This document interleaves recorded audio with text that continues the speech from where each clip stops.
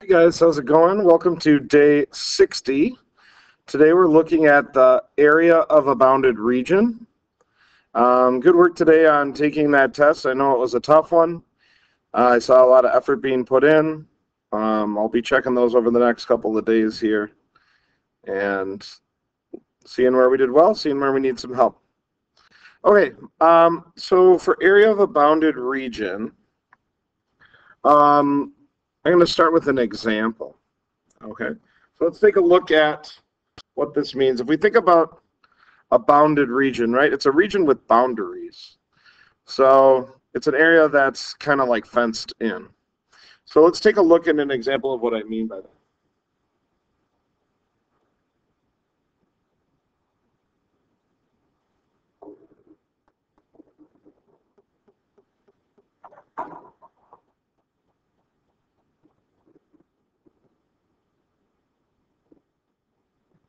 Okay, this red line is going to be the function f of x.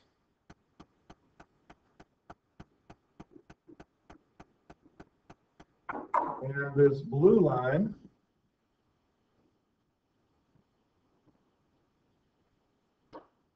is going to be the function g of x.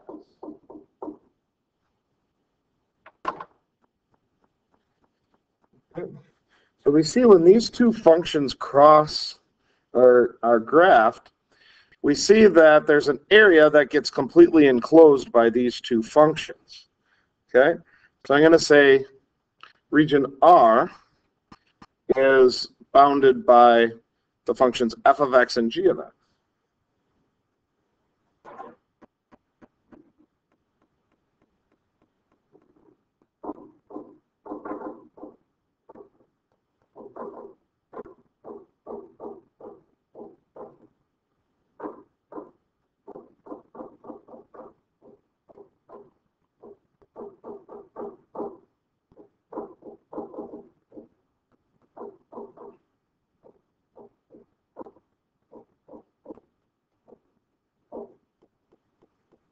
Our goal here is we want to be able to find the area of R. So again, I didn't tell you what f of x was or g of x was. This is just a conceptual setup here. So if we think about this, what we're trying to do is trying to find the area of that region that's bounded by f and g. So basically, I'm trying to find this area.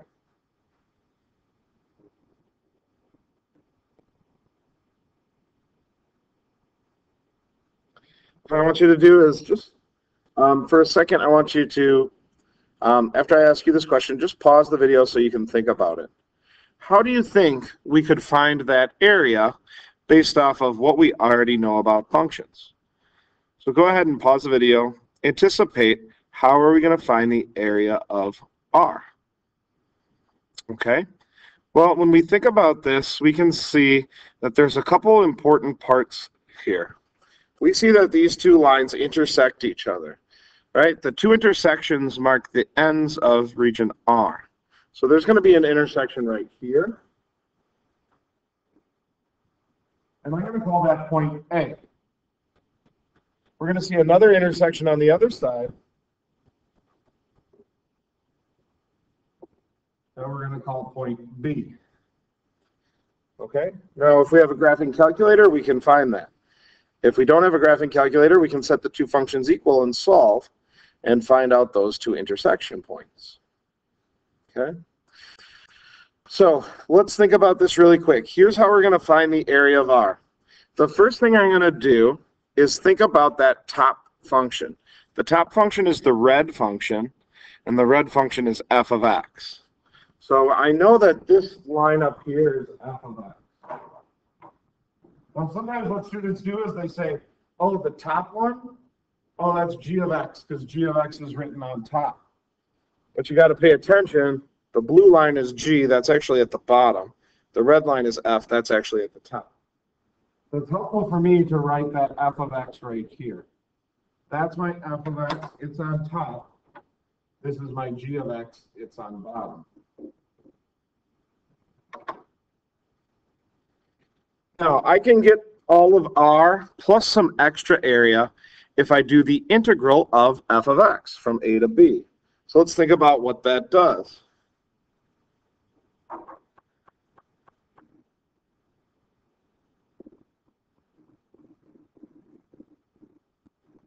The integral from a to b of f of x dx would give me all of this area.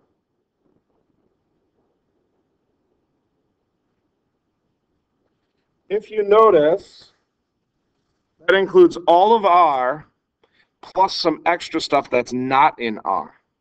So that alone will not give me the answer for the area of R, but it'll be that red shaded in area there. Well, how could I figure out how to get rid of that bottom part? Well, the definite integral of g will give you the bottom part. So let's think about the definite integral of g.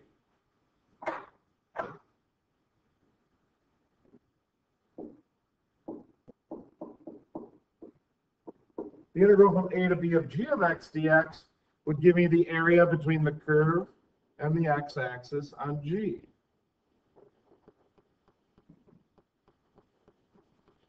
Now, why is that important? It's not even in R. Well, it's correct. But if I take that red area and I subtract the blue area, that will give me the exact area for region R. So in order to solve this thing, here's what I'm going to have to do. You can write it as two separate integrals, or you can write it as one integral. Area of R will equal the integral from a to b of the top function f of x minus the bottom function g of x dx. Okay. And that will give me the exact area of region R. Right? I'm just finding the area of the whole thing, right? Minus the area of that bottom part to give me the area of the top part, R, that I wanted. Okay? And that's how we're going to do it. Here's how I think of it in my head.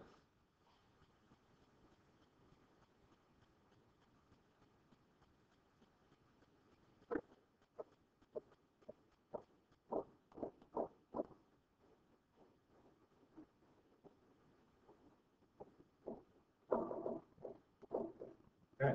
In my head, for the area of a bounded region, I'd always do the integral from the left part of the region to the right part of the region of the top function minus the bottom function.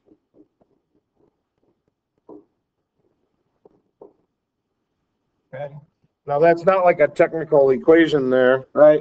But that helps me to remind me. I always integrate left to right of top function minus bottom function, and I know that will give me the area of that bounded region. Okay?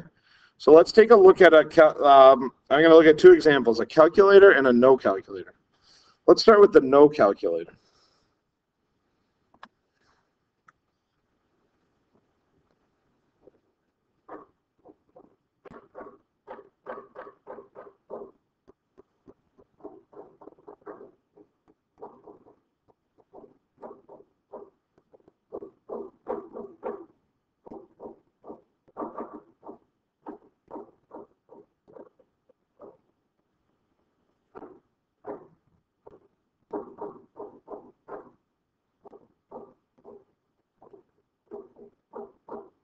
All right, so here's the question. Find the area of the region bounded by y equals x squared and y equals x. Now, if you notice, there's no picture here. So we're going to want to sketch them. They're two pretty easy graphs to sketch. Y equals x squared is simply a parabola.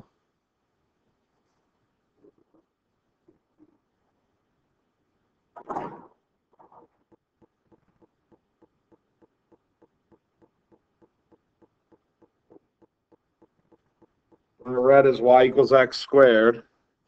Y equals x is a line with a slope of 1 and a y-intercept of 0. So y equals x would look something like this.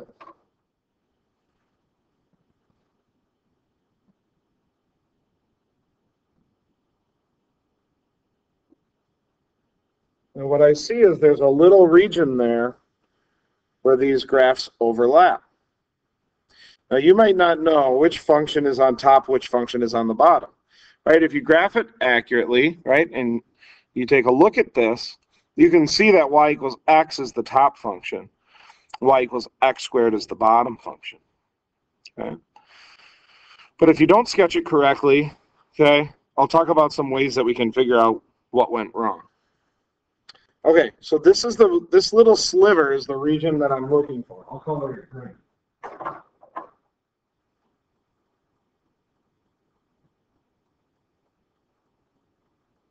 In fact, let me get just a little bit bigger of a graph working here.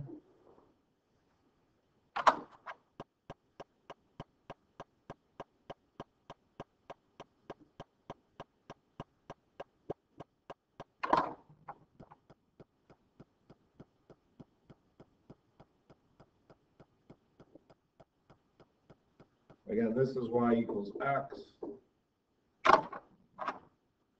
This is y equals x squared. And again, I'm looking for the area bounded by them. So this is the area bounded by them. Okay, so all I have to do is the integral from the left intersection to the right intersection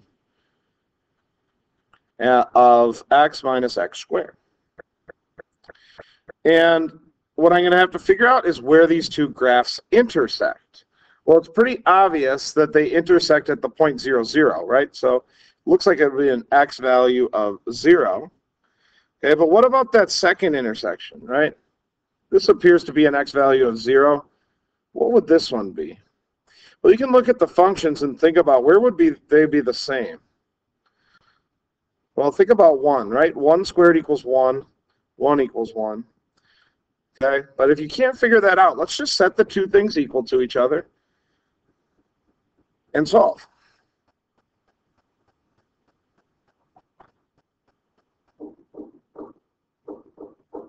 Right. I'm taking these two functions and setting them equal to each other, and I'm going to solve. Well, I'm going to solve this by subtracting the x to get x squared minus x equals 0, and then I can do a simple factor of factoring out an x, right? Both terms have an x, so what's left is x minus 1. And that gives me the two solutions that I anticipated, x equals 0 and x equals 1. So I know that this is the point 1, 1. And I know this is the point 0, 0. Okay, now I'm cooking with gas. Now I can just find the area here of this region by doing the integral from left to right of top function minus bottom. Now, it's important to know that when we talk about the left to right, we're talking about x values here. Now, even though both of them have the same x and y values, right, my area is going to equal the integral from 0, the left x value, to 1, the right x value, of the top function minus the bottom function dx. Okay. Now we just have to do a definite integral. Well, how do we do this? Well, we have to bump and divide. So this is going to equal, bracket, I've got to bump my power up by 1 and divide by 2. Minus, again, I got to bump the power by 1 and divide by 3.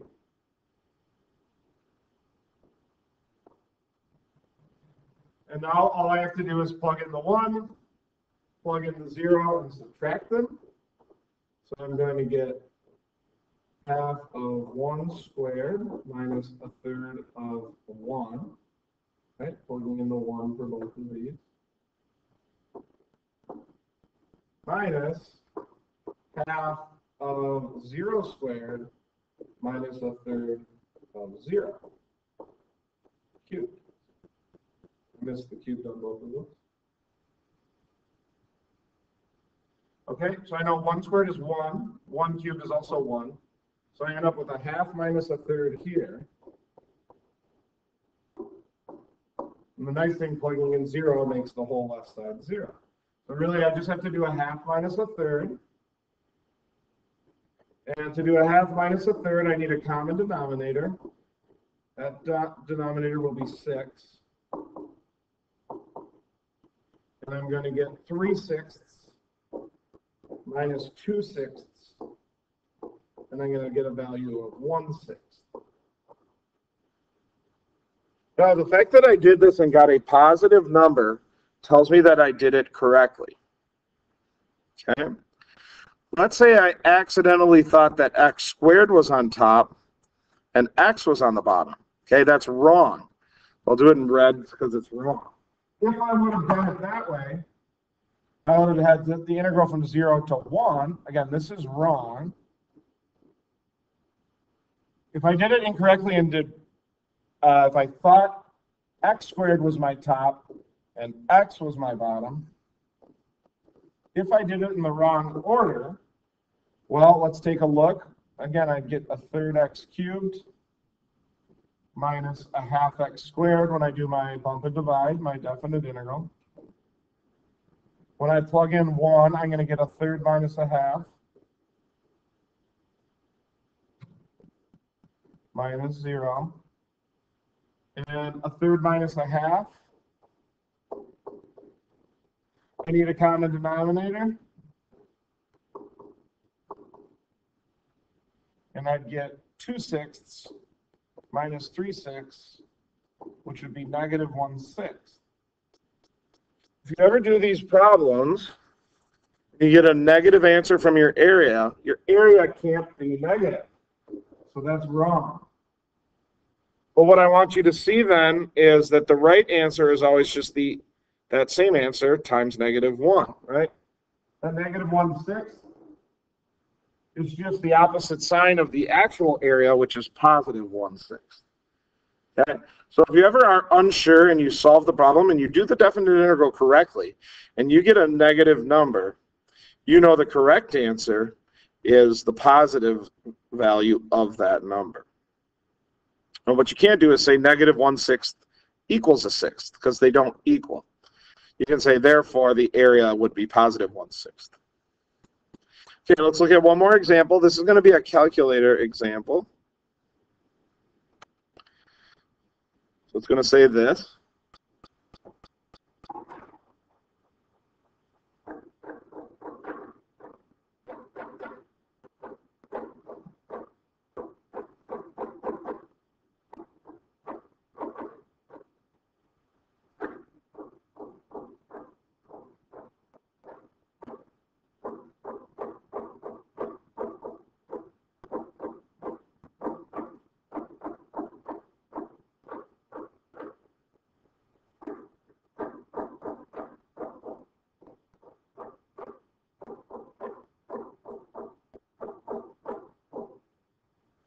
Okay, so here's the example. Find the area of the region bounded by these two functions.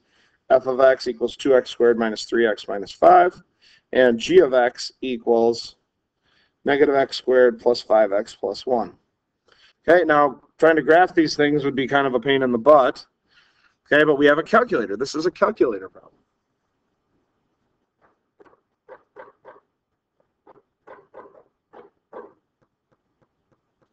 What I want to do is make a note to myself. I'm going to graph both of these functions so I can take a look at them. So I'm going to put f of x in for y1. I'm going to, just like I did on the read in, read out, I'm going to make a note. This is going in my calculator as y1. This is going in my calculator as y2. Okay, so let's go to our calculator. And I just got to make sure I'm in the right mode. Let's go back to radian. It doesn't matter for this problem. But I'm going to go to my functions. So I'm going to go ahead and graph that first function. I'm putting f of x in for y1, so I need to make sure I type it in as y1 here. 2x squared minus 3x minus 5. So there's my f. My g is negative x squared plus 5x plus 1. Okay, and I'm just going to hit zoom 6 for a standard graph. And we can see that bounded region. I like to pay attention as that graphs, right?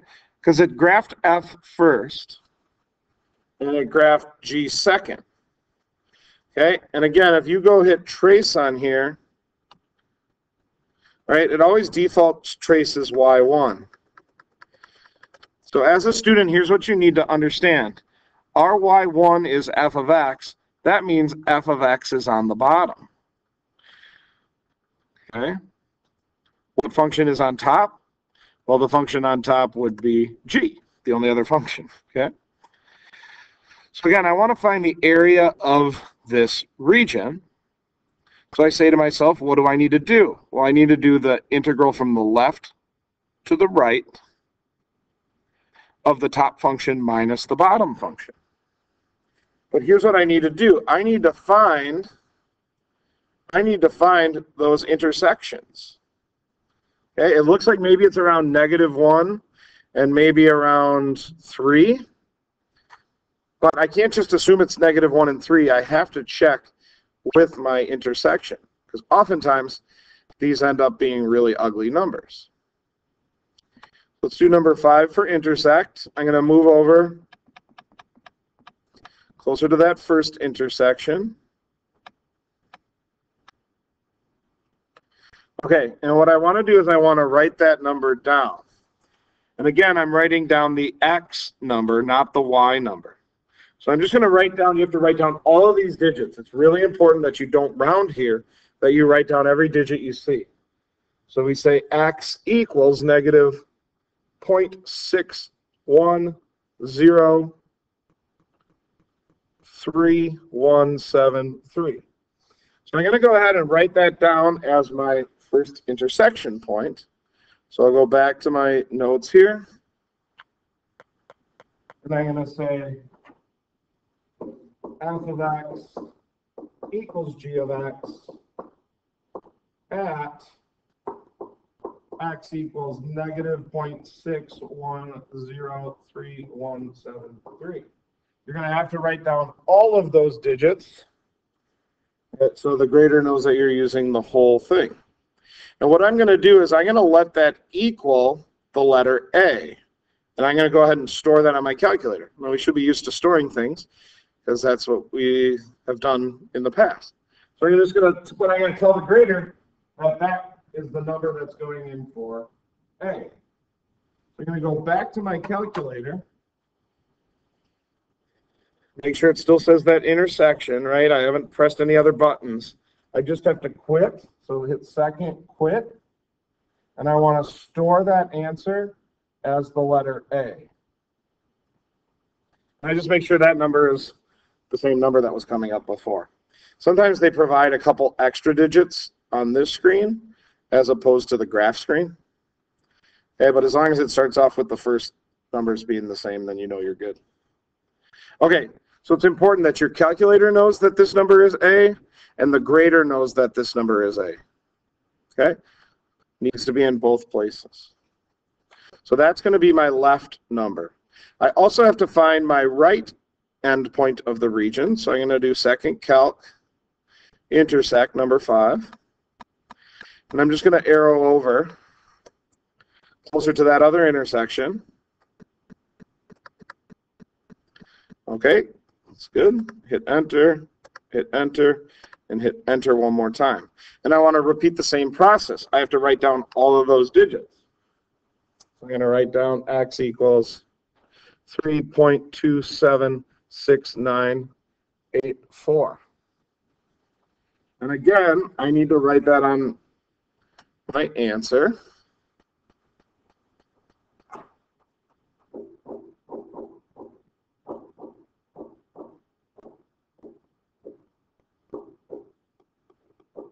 And what do you think, what letter do you think I'm going to use for this intersection point? Well, it makes sense to use B, because we always talk about integrals from A to B.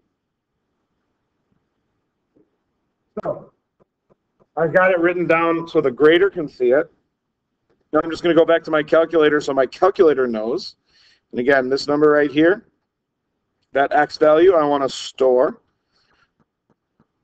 So I'm going to hit store and then letter B. Okay. So now I've got those two numbers stored on my calculator. I wrote them for the grader. Now all I have to do is this. The area then will be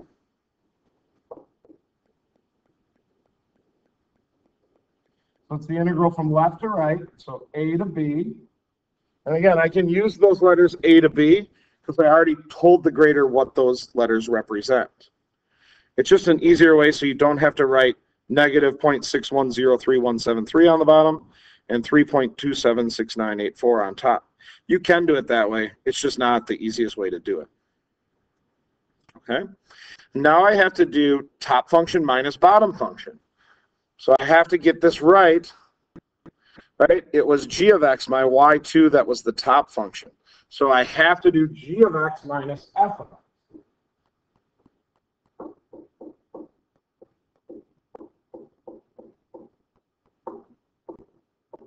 dx. I'm going to put an equals there because it's confusing. So this area then equals, and again, we know lots of tricks to make this really easy. I go to my calculator. I can just do integral A to B. G is in my calculator as y2. F is in my calculator as y1. So I'll do integral, math 9, integral from A to B of y2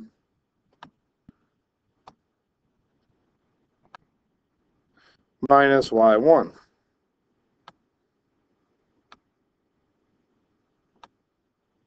dx. Notice how my answer came out positive. That tells me I chose, or I was paying attention, and I did top minus bottom. So I get 29.370 or 29.371. Make sure you write all three digits after the decimal, either ending in a 0 or ending in a 1.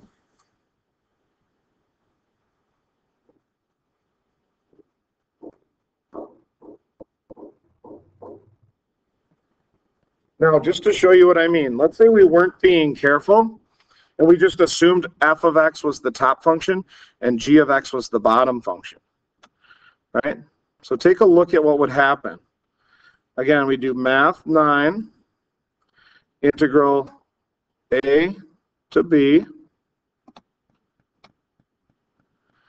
And let's say, again, this is making a mistake, but I just want to show you what comes out. If I accidentally thought y1 was on top and y2 was on the bottom,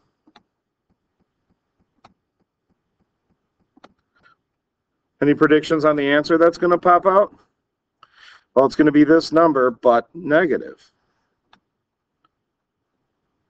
Right, so if you're ever doing that on a calculator part of the test, and you get an area of a region and you get a negative number, you know it's wrong. But if you found those intersection points correctly, you know the answer would just be the positive version of that number. Now, it's still important to make sure you get it in the right order, right? So check to see which one is on top, which one is on bottom. All right, that's it for today. Stay safe out there, guys. Wash your hands, cough, cover your coughs, and avoid large crowds, and don't shake hands with strangers today. Talk to you later. 2 chains. Bye.